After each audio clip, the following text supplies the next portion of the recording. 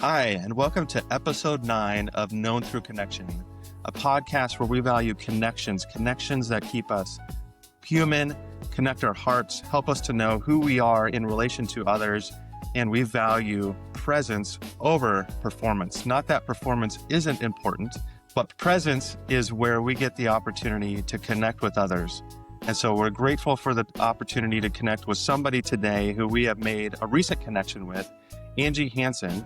Angie is somebody who I've gotten to know recently through a connection of Chelsea Whittemore, who works at the Natural Spinal Solutions chiropractor that my family and I go to. She went to a conference and met Angie and said, Jess, Angie has to be on your podcast. And I've got to know Angie. She's an amazing person.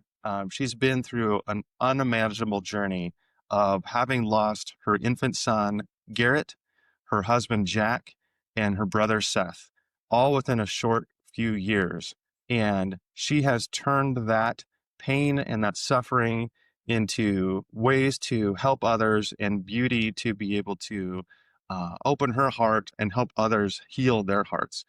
And so we thank you, Angie, for being with us. We thank you for being willing to talk about your journey and share a lot of the wisdom that you've been able to acquire through the last several years. So thank you for joining Known Through Connection.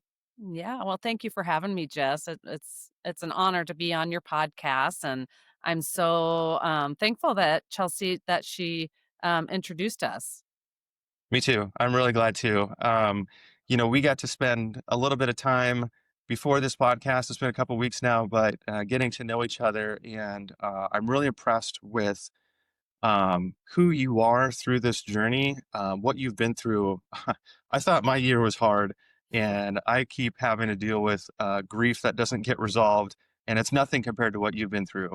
And so for you to be an example of somebody who um, can go through grief that, um, gosh, I hope not many people can fully relate to, and yet still be the person you are, is such an inspiration to at least me at a minimum of what's possible. Um, so thank you for the opportunity to get to know you a little bit. And I want to dive into a little bit of your story and a little bit of your history because, I just got to know you recently through the connection with Chelsea. And even though we're from the same area here in Omaha, I think our networks maybe haven't overlapped as much. And so I would love to it would be an honor for me to have you share a little bit of your story, whatever you're comfortable sharing, around your family, the loss that you experience, and the reason we're going there. I should have made this more clear from the outstart. Is you consider yourself, or this is me considering you, uh, an expert in grief, right? And counseling others through grief and taking others through their grief journey. And so whatever you're willing to share, can you walk us through a little bit of your grief journey and what you've had to deal with in life the last several years? Yeah, for sure. Yeah, and I do. I am now a certified grief coach, and that has come out of all the pain and my losses. And my journey really began in 2006. We lost our 1-year-old son, Garrett, unexpectedly. And he died taking a nap. And we realized later that he had an undetected heart defect. Mm. And at that time, my husband Jack and we had our daughter Gracie. She was 4. And we were really just put into a position in life that we did not know how to navigate at all. And we really just we didn't know where to turn. We didn't know who was going to be our support system. We had a lot of friends, our family. They were all there for us, but just still on the outside, there was just nobody else that understood. Nobody else that had been through what we had been through, and it was just the most hardest season of our life. And we did, at the time, shortly after Garrett died, he died in June of 2006, just 6 days after his first birthday. And, we at the hospital, we were given some information about a local organization here in Omaha, Nebraska called Teddy Bear Hollow.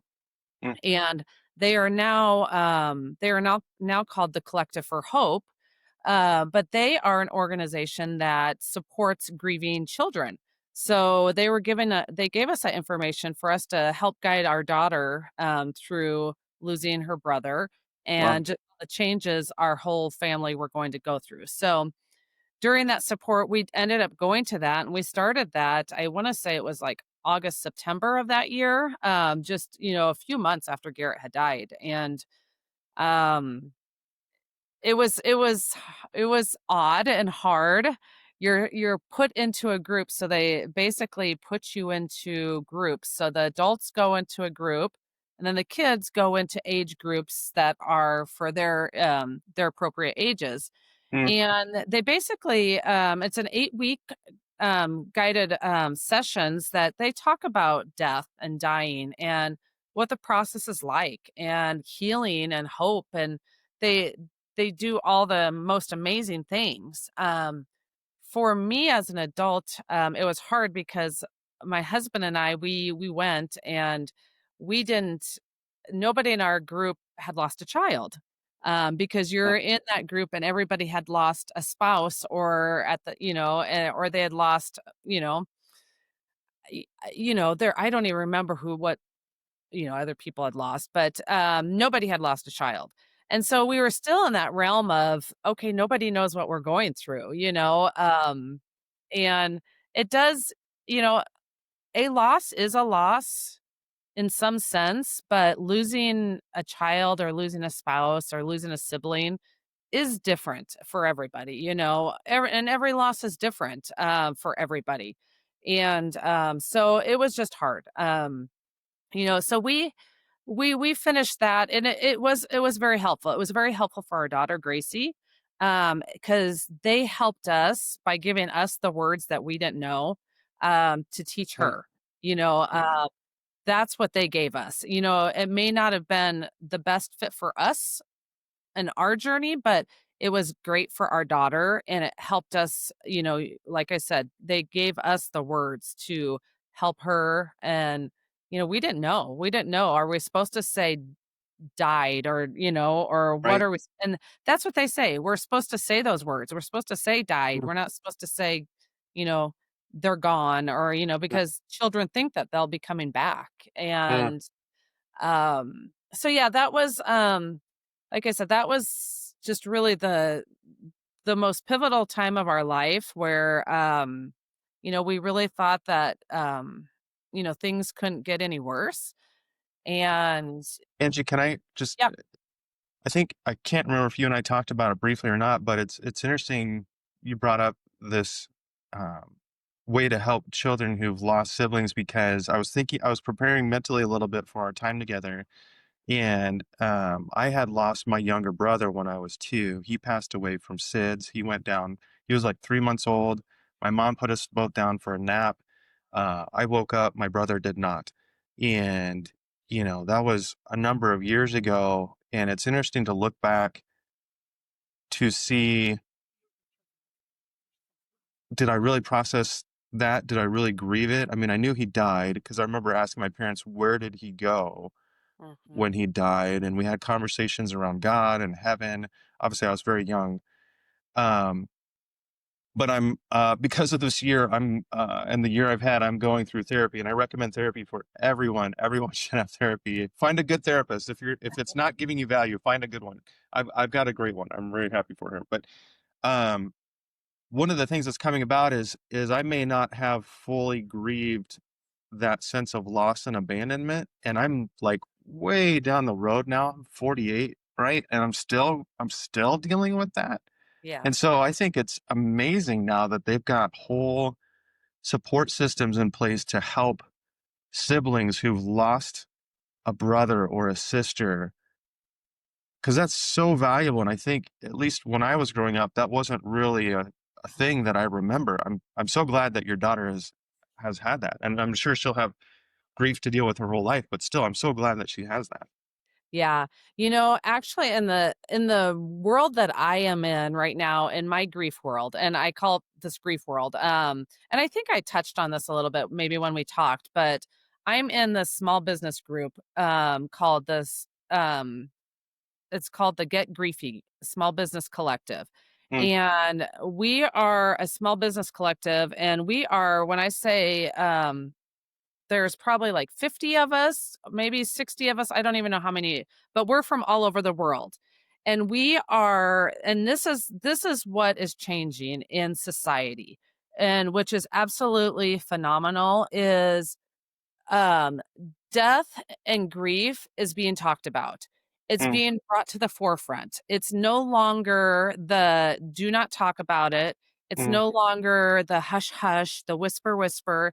It's now it's being brought. I mean, on my business page that I have, we that's I mean, it's full of, I mean, everybody. I mean, I have like 2,000 some followers, and 95% of those followers are people that are businesses that also have started because of their grief journeys. And mm. so Wow. we're starting a movement is what we're Yeah. called. We really are. But it's everyone has gone through some sort of loss, whether they've lost a sibling, a child, a parent, a grandparent, Mhm, mhm, whatever they have lost, and they are creating something that out of this what they're creating is something that is helping or guiding somebody else going through their losses. And so it's needed because we go back to way back to when you lost your brother. there mhm, was not there was not that support out there. There was nothing out there. We didn't talk about it then. And mhm, it's very, I mean, it's very well known that we didn't. And even in 2006 when my son Garrett died, I could I mean, the internet wasn't as prevalent then, even when he died, there was the internet, but it wasn't this big massive, commodity of information. And so I mhm, couldn't go to the internet and find what I wanted. I could go search for stuff, but there was just not that much. But now you can go search the internet and you can find so much stuff about everything, right? And so that is what we are creating, and it's amazing and it's helpful. There's all these groups, you can find groups upon groups of people that are running them that have lost, that are widows, or their parents that have lost a child, or their sibling loss. And I mean, I have a list of people that, I could send people to. It's just, mhm, it's amazing. mhm, And, it's because we all know, we all know that death it's inevitable, right? Someone we know is going to die. mhm, Um, we know that. We can't stop that.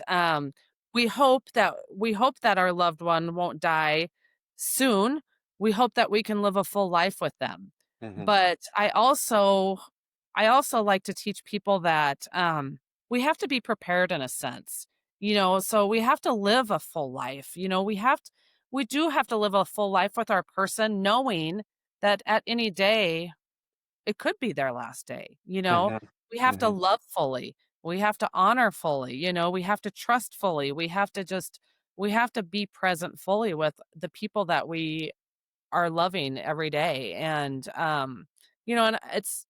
it's hard. I mean, I never did that, but I mean, I do that now. And I feel confident that if I had to say goodbye to someone today, that um I've lived a full life with them, and they've lived a full life with me, and I know that I'll get to see them again, and I know that now with my son. It didn't happen immediately. It took me a long time to get here. But I know that cuz he'll be gone next year. It'll be 20 years in June that he'll be gone. And I mean, I can't even wrap my mind around that right now, but um I mean, I still see him as this little baby boy, but I get this I get this warm, amazing, fuzzy good feeling when I think about it the day that I get to see him again, Mhm. and I know it will be amazing. Mm, So, mm. Well, you've given us the opportunity to learn a little bit about your son Garrett. Would you be willing to tell us about your other family members who have been involved in this journey? yes, yes, for sure.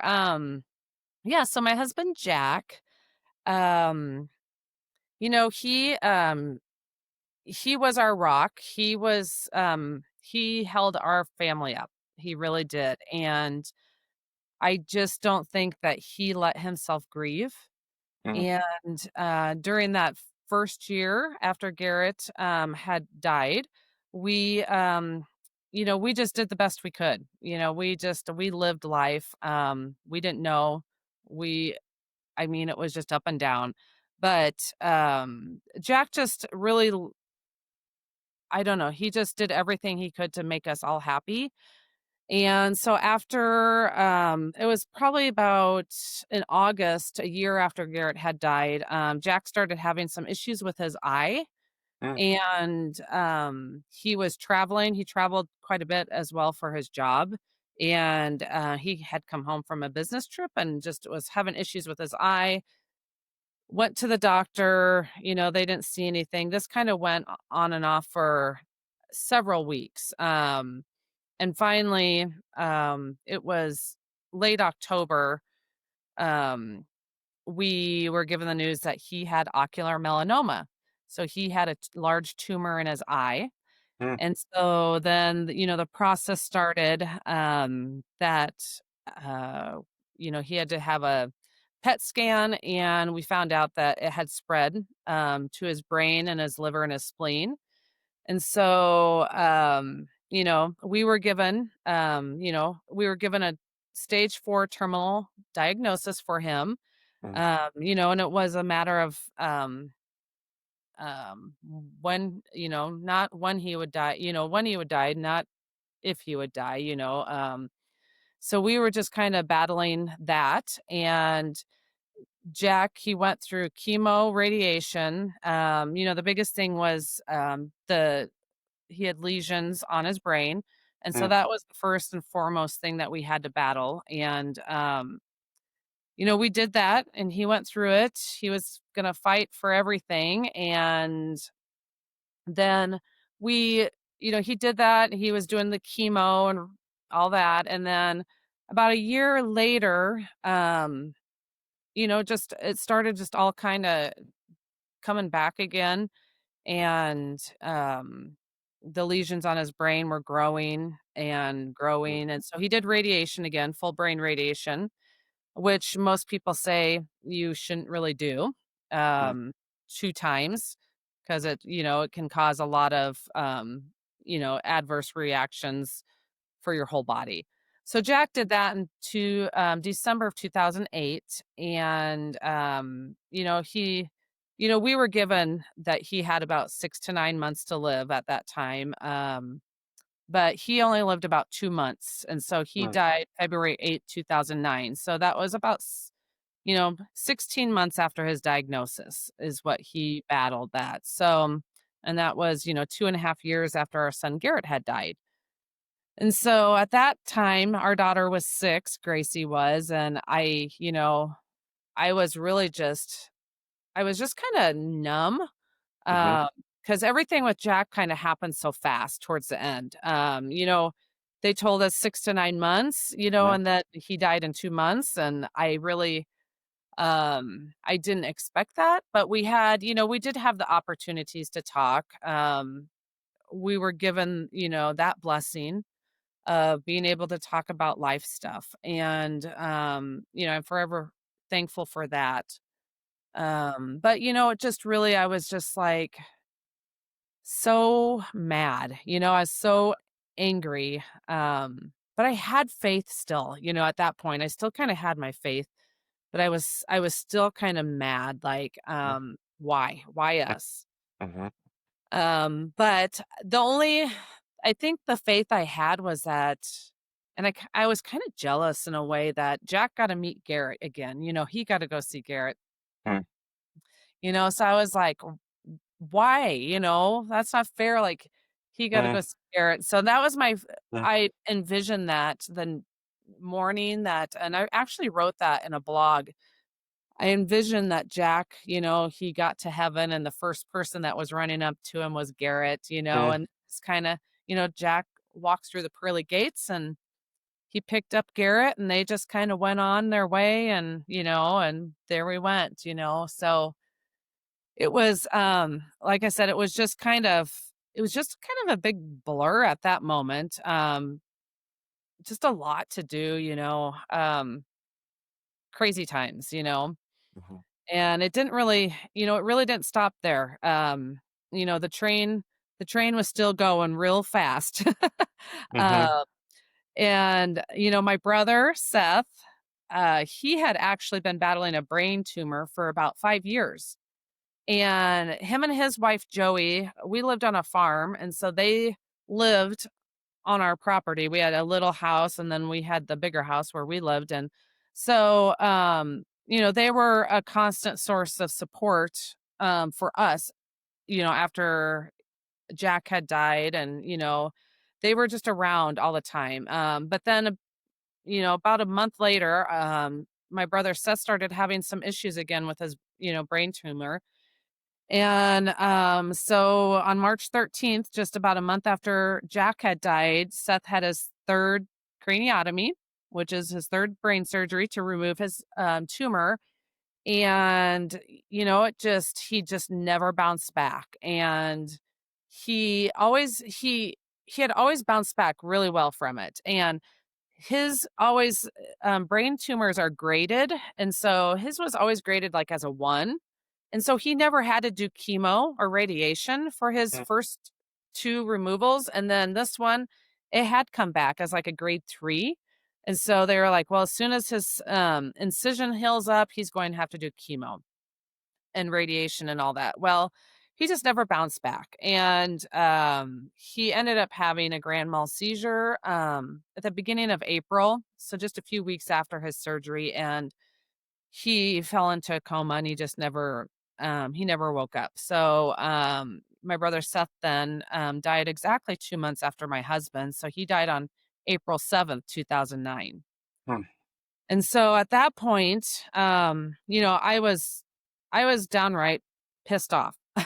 I was, I was angry. And that is kind of when I had lost all faith because I was just like, I remember leaving the hospital after my brother had died, and I was just really kinda struck by, just the absence of God at that moment, like, there was just nothing. And then, I had to go home to really just an empty house. My daughter was there. I had people helping me, but, it's like, who do you turn to at mhm, that point in time because your whole family is going through everything, right?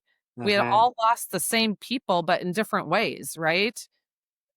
My parents had lost their son, my in-laws had lost their son and grandson, and, we'd all lost my siblings had lost their brother-in-law, their nephew. Everybody had lost these same people, but in different senses, and it's like, how do you turn to anybody and your family, It's like, we're all grieving and and then our friends, I mean, I remember my friends, a couple of my friends, they said they're like, we don't even know how to help you anymore. They yeah, basically said, we don't even know how to help you anymore. And it's just like, yes, I'm like, I don't even know what I want or need anymore either, yes, so mm, it was the darkest time in my life, and, for many months, I didn't even know who I was grieving. I didn't mm, know. Was I grieving Garrett? Was I grieving Jack? Was I grieving Seth? I mean, I didn't know. And so that was really, the first half of 2009 was really just just really hard. I don't even have an exact word for that. Yeah, I mean, I will offer what it's worth. I am so sorry for all of your loss. I'm so sorry for everything you've been through. Someone should not have to go through that much loss, especially so close together. Um, that's a tremendous amount of loss to have to deal with. And I have not been through that, but I can appreciate and understand when you say I didn't know who I was grieving. I was just in the middle of so much grief. I didn't even know who I was grieving at that point. That makes sense to me. Yeah. Yeah. Yeah, I really, I took to journaling after Garrett died, when I couldn't sleep at nights.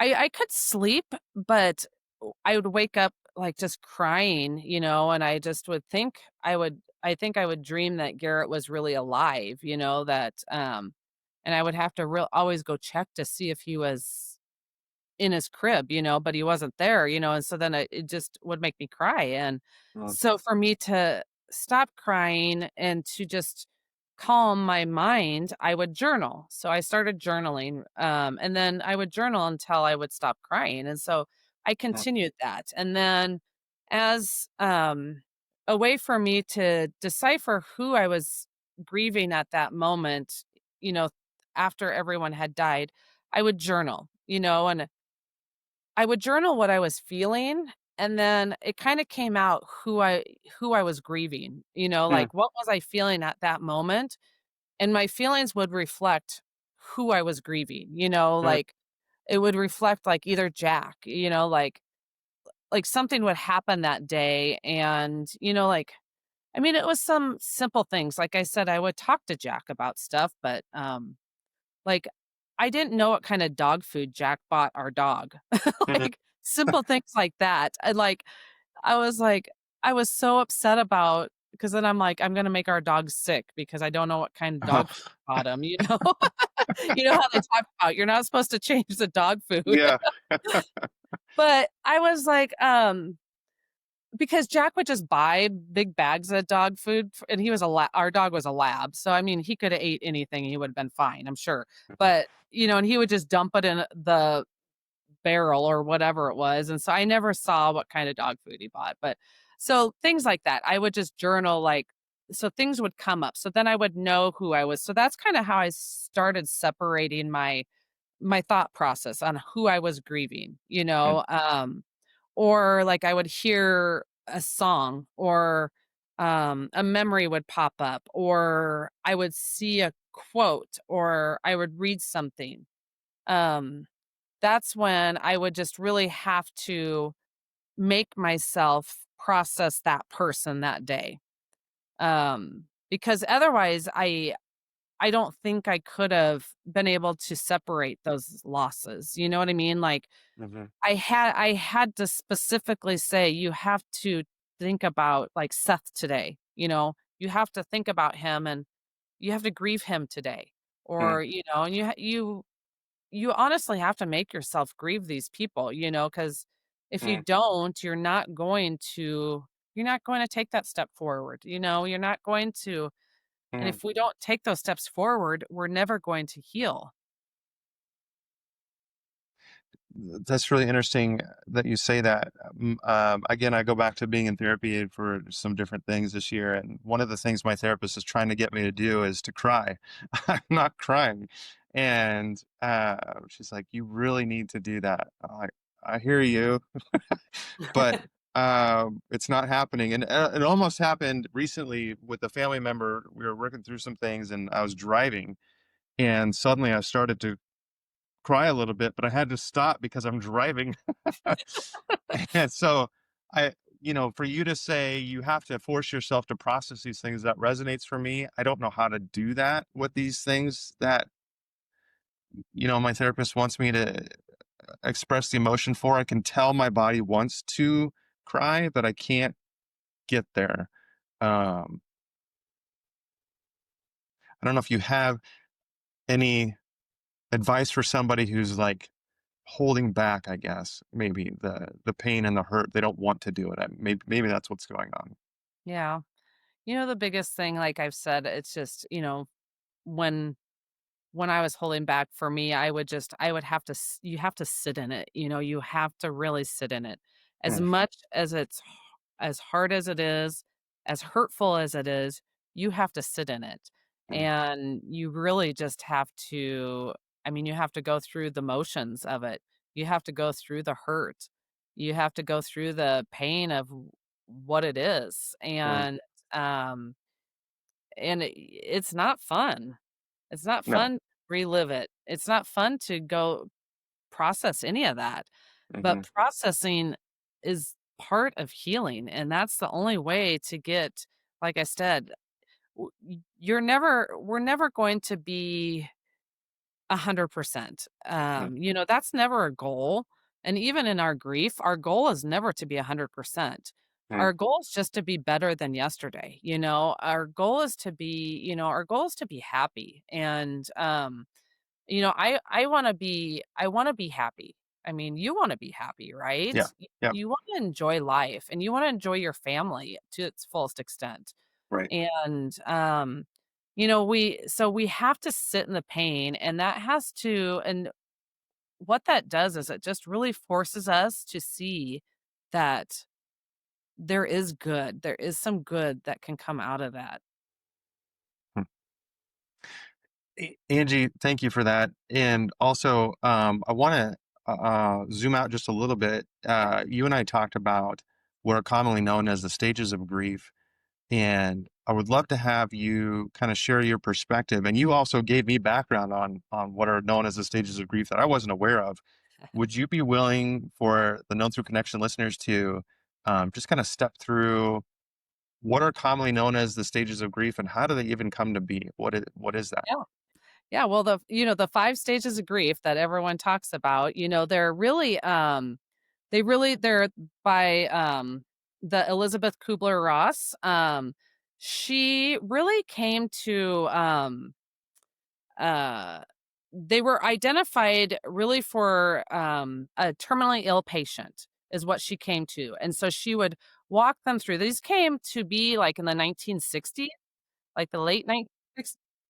And she basically, um she wanted to walk patients going through their own mortality. And so, they were going through their own emotions, and so, you know, knowing that they were going to die, they were going through, the 5 stages are, their denial, anger, bargaining, depression, and acceptance.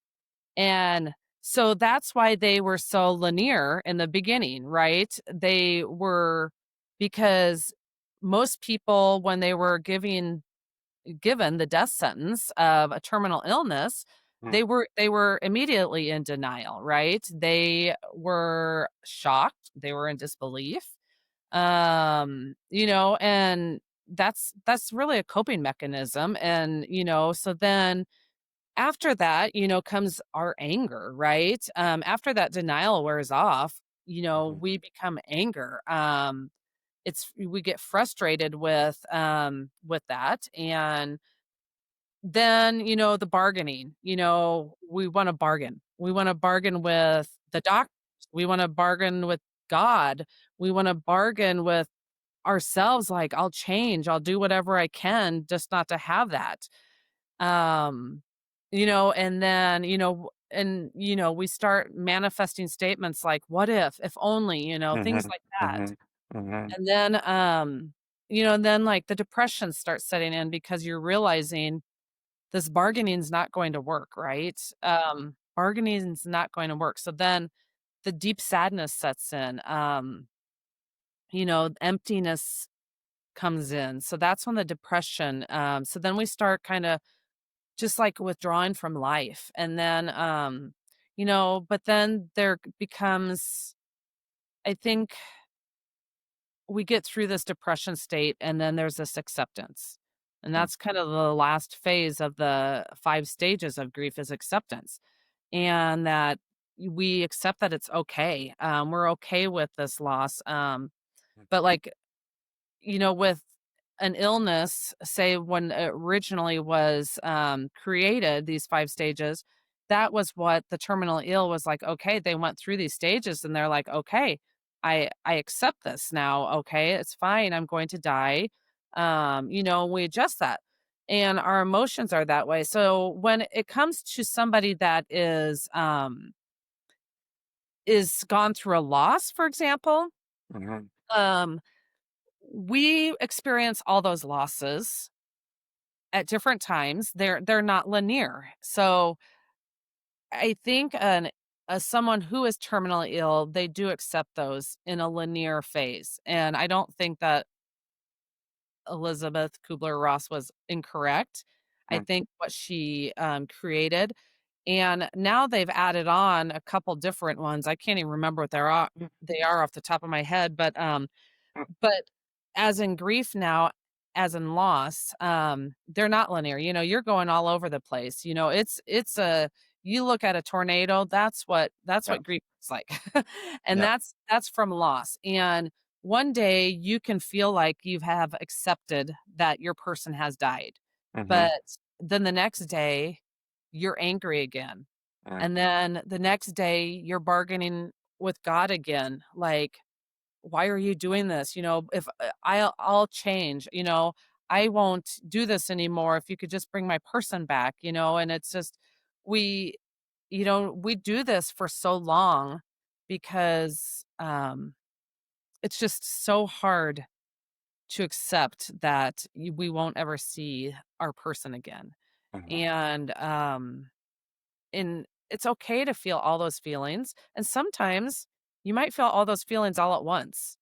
And that's when you feel like you're absolutely crazy. And and I can attest to, as myself and many, many friends that I have gone through all those same feelings. And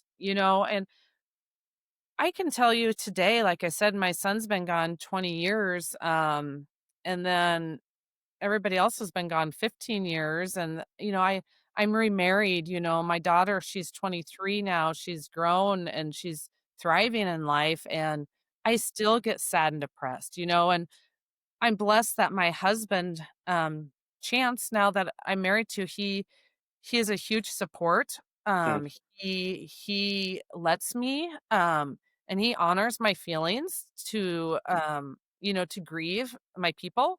He lets me grieve my late husband. So I mean, that takes a special person as well. Um, he knows that there's love that can go around from, love is exponential. It's I can love more than one person, and my love for Jack will always be, and I get to love, Chance forever, and I'm so happy and blessed that I get to love him now and forever. And so yeah, I just feel like those 5 stages, like I said, they were initially just for like a terminally ill patient, for them to, get get through their disease and their illness to get to their end of life. But they have turned into something else, and they are not far off, for a grieving person, but they are for they are not linear anymore. And they are all over the board every day, sometimes every hour. I know people that feel all those emotions, and those feelings within an hour, of, you know, just it's just crazy what grief can do. Mm. Angie, your journey and you're going through what you've gone through, and then finding people who um, fit the right time to be able to give you support. Your husband, seeing now your daughter thrive, you've had things come out of that give life. You have started a business with butterflies and halos. You have authored, I believe, multiple books, one of which I have here, Chapters of a Resilient Heart, that you gave me. So thank you, so generous and so kind. Yep. And you are involved in, you've been a part of benefiting from resources of others, and now you are somebody who's creating community and community creating resources to be able to help others through their journeys of grief and struggles that they're going through that are kind of reorienting them to life, right? I'm looking at the calendar here. It's near the end of October, and we're entering that holiday season. And the October holidays tend to be a little more fun. But then, as we get into November and December, that can be, for people who are grieving, that can be a really difficult time. Do you have thoughts for folks as we're entering into this season? And I would love to have your perspective for, yes, those people who are hurting, but then, we kind of touched on it a little bit. If you could kindly offer a piece of advice for friends or people who are in the sphere of people who are hurting, but don't know what to say, don't know how to help, don't know how to reach in and connect to that person without feeling like I might say the wrong thing, I might do the wrong thing. Can you give us maybe a little bit of compassion, and how do we connect with and help those people in our lives who are hurting and entering the holidays, but still honor them? For sure. Yeah, the holidays are kind of the hardest. They kind of just sneak up, and the holidays are loud. They start pushing them right now. We're seeing that on the commercials already. And I always like to tell people to practice the pause a little bit when it comes to the holiday season. And what I mean by practice the pause is you don't have to get so involved in what the s the craziness of it, and so I always say you have to meet people where they're at. So if somebody is a newly grieving person that is in your life, just show up. Show up, offer to, gently offer to help them if they want to decorate, just say, "Are you feeling like decorating for the holidays? Do you need help putting up the Christmas tree?" If Mm, that's the bare minimum they wanna do, maybe offer to help them do that.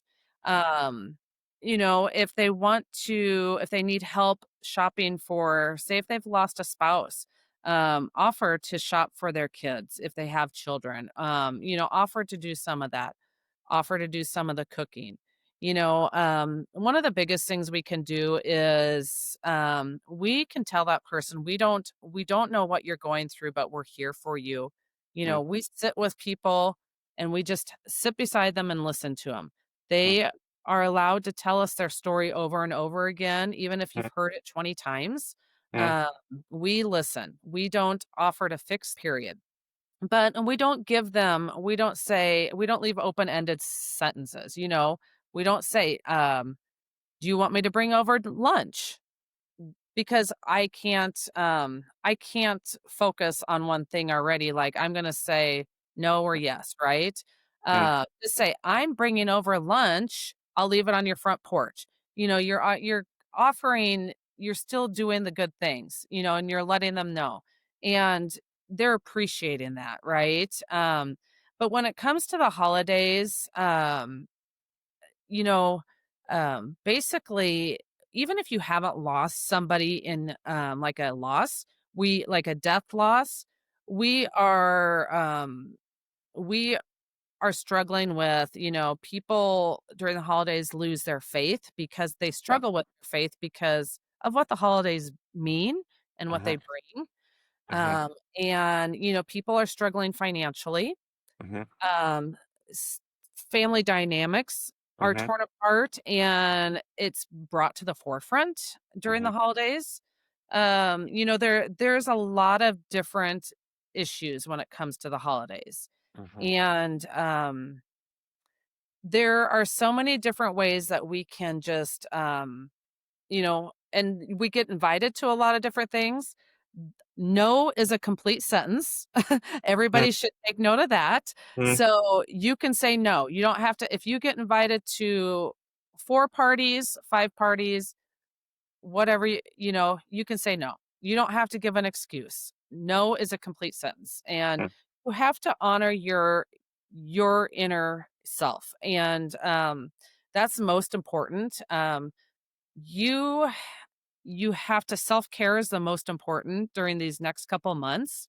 And self-care might look like you know, getting a coffee, sitting, watching holiday movies. You may still feel the need to watch a holiday movie, and if it makes you cry, that's okay because Mm, crying is healing. It's crying is not bad.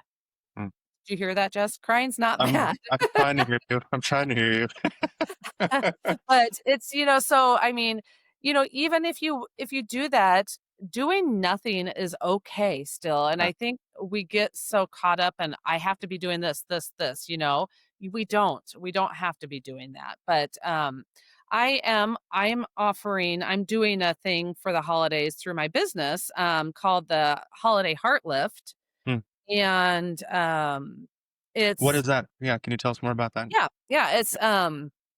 it's 25 daily messages of hope, and it's just basically, audio messages of me, for well, it's actually you get 27 days because 'cause you're getting 2 extra days, but, 25 daily messages of hope every day, during the holidays, and they're 5 to 8 minutes long, Mm, and they are geared towards just helping you get through each day.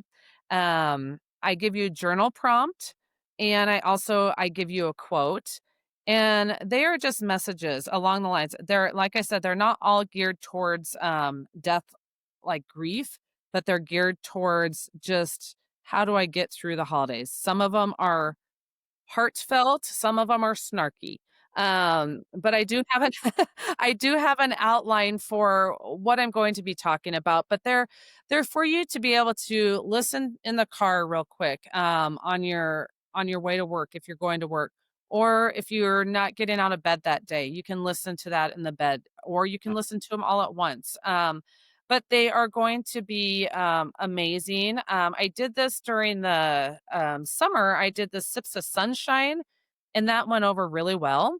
mm, And those were audio messages that I just I just talk about just daily guided messages basically is what they are. And so this is going to be surrounding the holidays and how to navigate the holidays with a hopeful heart and how to say no to the things that we don't or we can't that we don't have the capacity to do.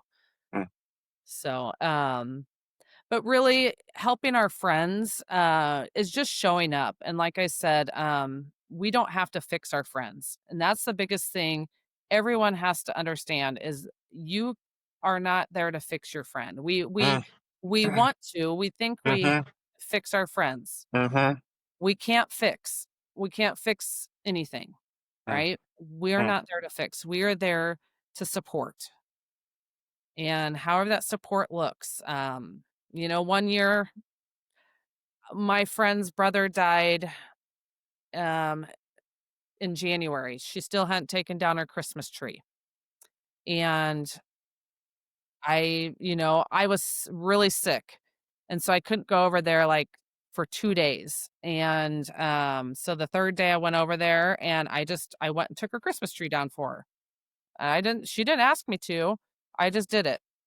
And the next Christmas she put up her tree and she's so thankful that I did that, and she's like, "You put it away so nicely." Everything. But so there's just things like that, and like I said, You you know, know I'll share. Last January, my family was going through a bit, and I hadn't lost my job yet, but um, we had still had our tree up, and then I lost my job at the end of January, and somewhere around that time, I don't remember if it was before I lost my job or after. My youngest daughter started putting Valentine's decorations on our Christmas tree, and we turned our tree into a Valentine's tree, I love that. and it stayed up well into February because that's how we were celebrating Valentine's Day. It was great. It was awesome to have the lights and the decorations. I loved it actually. I We'll see love what we that. do this year, but Yeah. that was It really just fun. it probably just I mean, it just makes you smile, I'm Yeah. sure. Just and Yes. then you're going through the hard, it just makes you smile, and yeah. And then it's just there's there are a lot of if you're into, there's our gifts that you can give your friends during the holidays if you want to honor, somebody that has lost a loved one. There's, I offer some gifts on my website, Butterflies and Halos, but there are also a lot of other gifts you can scour the website, for. I I offer greeting cards that support people that have lost somebody. And that's one thing I highly recommend. And I'm just kind of giving my little shout out here just because I and this is not anything negative, but I honestly feel so strongly about this that when we get greeting cards in the mail, especially during the holidays, the majority of the cards are family photos, and they're your family photos. And like, this is what we've done all year, right? Sure. Sure. Beautiful. Love them. Nothing against them. Sure. But what if you have that friend that that has lost their spouse this year Yep. or lost that child this year? Do you Yep. think they want to receive that card this year? Right. I know I didn't because my family had been ripped apart, right? Mm. Even if I didn't want that, I was happy for you. I had nothing, I hold no grudges against anybody that still had their family. I Sure. definitely had nothing against that, but my heart But was it was shattered. hard. Yeah. Yeah, every Yeah. card I opened up, I Yep. was like, It was a I, reminder. it was a reminder. Yep. And so I created Christmas cards that are specifically for that. So why not just buy one card from Mm, me and send that to that one person, mm, Going mm, down the list, you can say, "Oh, Angie lost her husband this year. I'm going to send her one of these cards, mm, But that's just you just have to honestly you have to think outside the box sometimes. And mm. in this hurry up busy world, um if we can create, and I want to say this gently, but we get so caught up in the fluff and the sparkles and everything that everyone in the Instagram world, where Mhm, everyone's trying to create this perfect pretty stuff, that you kind of forget about the hard, and the hard that other people are suffering, and that people may have suffered early on in the year, I mean, just because it's November, December, what someone suffered in January and February, I mean, that's not gone, This is mm, their first holidays going through the hard, right? mhm, mhm, And so we have to take a step back from the sparkles and the fluff of the Instagram world, and we have to really look at our inner hearts. And I mean, and I believe this all the time anyways. It's, what is the meaning of Christmas, right? And we have to really remember what it is all about. mm. Angie, I feel like there's so much that you have experienced and learned and gone through. I'm holding back many questions because I'm realizing we just don't have the time for it. Um, there's so much I would love to still ask you, maybe another day. But um, if somebody's entering the holiday season and they would be looking for somebody who could speak into their lives from a point of, hey, I know what hard things are like. I know what it feels like, and I can speak to you from that perspective. How do they find some of these resources that you are choosing to create and put out into the world? Is that on your Butterflies and Halos website? Where do they find some of this support Yeah. material? Yeah. I mean, I have, butterfliesandhalos.com. Um, and we can share a link. There's the Get Griefy collective that I'm part of. We can put that in the show notes as well. Okay. We offer a free online magazine that, or you can purchase one on Amazon, but that is, we are actually launching on November 1st, that, seventh issue of that. And that's a free online magazine that has tremendous resources for Mm, anything in that. And like I said, that's globally. mm, So that's huge. But yeah, I would be willing. I have lots of resources. I do a blog. I do grief coaching. I have all my books that I've written on my website, and you know, and I know I didn't really touch base on this, and I know we don't have a ton of time left, um, but I do want to say this. please. Yeah, please.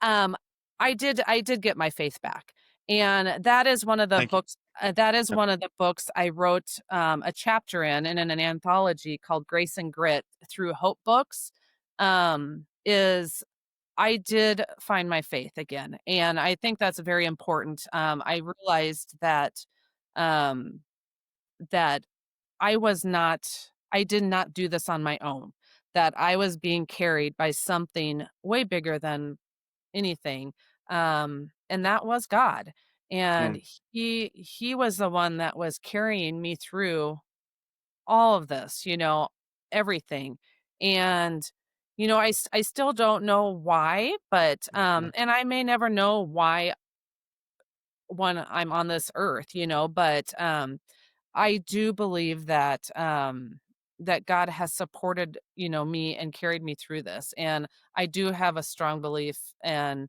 I know I have a huge love for God again and now. So, I think that's really important, and I'm glad you brought it up. And I want to ask you, as you found yourself at a place where you're like, I don't know that I have faith, but then found that your faith did come back in trusting in who God is and that He was there with you.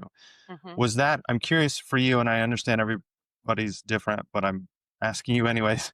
Was that a slow progression where you just kind of slowly built that back up? Was there more like a moment where you're like, "Oh, God's been there the whole time and I see it more clearly?" What was that experience for you? I would say it was a little bit more of a slow progression. Um, and it was just, I found a group, um, here in Omaha, actually, a gal reached out to me, and it was just a small group of moms that had lost children, Mm, and it was, led by a deeply faith-based lady that mm, had never lost a child, that hadn't lost anybody, but she was leading a group of us moms that had lost children, interesting. and, she walked us through so many studies of the Bible and different things, Mm, and that is where I mean, and it was years of going to these groups, and that is where my heart changed, and so it was a slow process, but I finally started seeing that, it's not about me. This is not about me, it's about so much more, this everything, the world is so much more, it really is. And I just, I slowly saw my faith just kind of changing, and I realized, and it started coming back,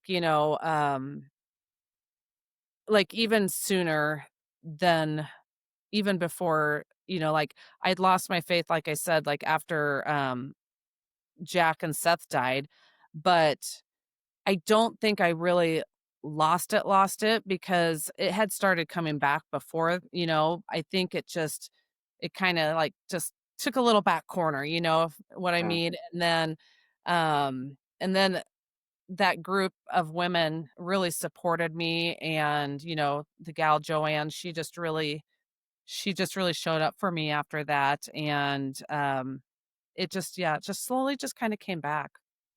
Hmm. But yeah, this book that I wrote, an anthology, I don't know if I ever showed you, The Grace and Grit.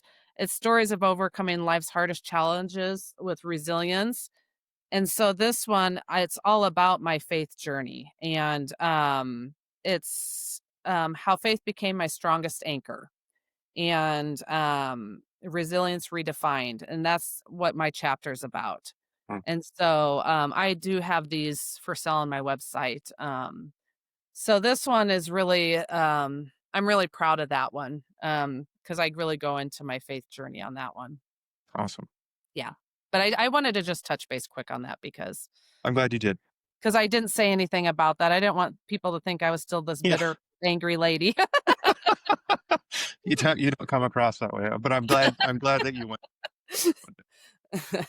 Yeah, I think that's one of the things that stands out to me is you could be, right? That is a path that you could have chosen to be Mhm, an angry, bitter woman, and people would have been like, "Oh, I get mhm, it." That's unfortunate. That's sad to see, but I get it. mhm. Um, and you chose a different path, and I think that's something that really stands out to me about you. Getting to spend time with you, preparing for this call. Um, yes, you've been through a lot, yet there's a lot of life in you, and there's a lot of positivity and humor. Um, and again, you're just an example, I think, for um, those of us who are maybe wrestling through different parts of our own grief journeys to be like, is there light at the end of the tunnel? And I think you show that maybe the tunnel doesn't end, but yes, there is light. So thank you for that. Yes, lots of laughter too. We humor in our Get Griefy community, we snark and humor is our top priority. We talked about dark humor is great Yes. sometimes. So you have to find ways to laugh You do, and you do. You really, really do. yeah, But yeah, and then also, so I and to the listeners, I had told Jess this as well that for anybody listening, if you want to sign up for my holiday heart lift, I'm offering a 50% off discount code for all of his listeners. that's And amazing. so it's all you can at checkout, you can go to Butterflies and Halos. It opens November 1st. But you can go at checkout, enter code KTC Holiday 50, um, all in capital letters, and you get 50% off. And That's so, amazing. yeah, so it's very inexpensive. It'd be the 50% off brings it to $25, and that's $1 a day. But And I actually, just like you said, it's 27 days because you get 2 extra days. yeah, nice. Yeah, thank you for doing that. That's very generous, and I'll Yes. just offer up for what it's worth. I'm getting no kickback from this Yeah. at all. So, Yeah. um, this is just something that, I really appreciate the conversation, Angie. To get to know you, I can't begin to explain why God had you go through this journey and everybody around you, but I'm so thankful for who you chose to become through it. And I'm benefiting, and I hope, and as you know, pray that others benefit from who you are and the impact you're having and sharing your heart and finding ways to lift up others through hard times. So thank you for being who you are through this journey. Thank you so much for having me, and I hope all your listeners and anybody that's listening, I hope that you could take away, one little ounce of wisdom from something, and I pray for you all on your own journeys. All right. Well, thank you, Angie. Thank you for your heart. Thank you for sharing with us. Thank you for the resources. Thank you for the example. Um, like I said, there's so much more. I feel like we could go down, but that's where I need to put it in the show notes and go through the show notes for all the resources you're going to provide. So we'll look Yes. to get that out there and available to everybody to be able to have, especially going into the holidays and whatever else is going on in life. So thank you so much for taking the time, and thank you for being with us. Yes. Thank you. To Known Through Connection audience, thank you for spending time with us. I think, as I listen, connection is so important.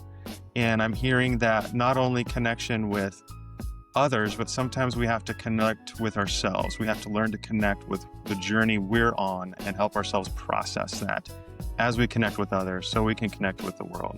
So I hope you find Angie's heart helpful and the resources. I hope you take advantage of them as we look to make healthier connections with others and with ourselves.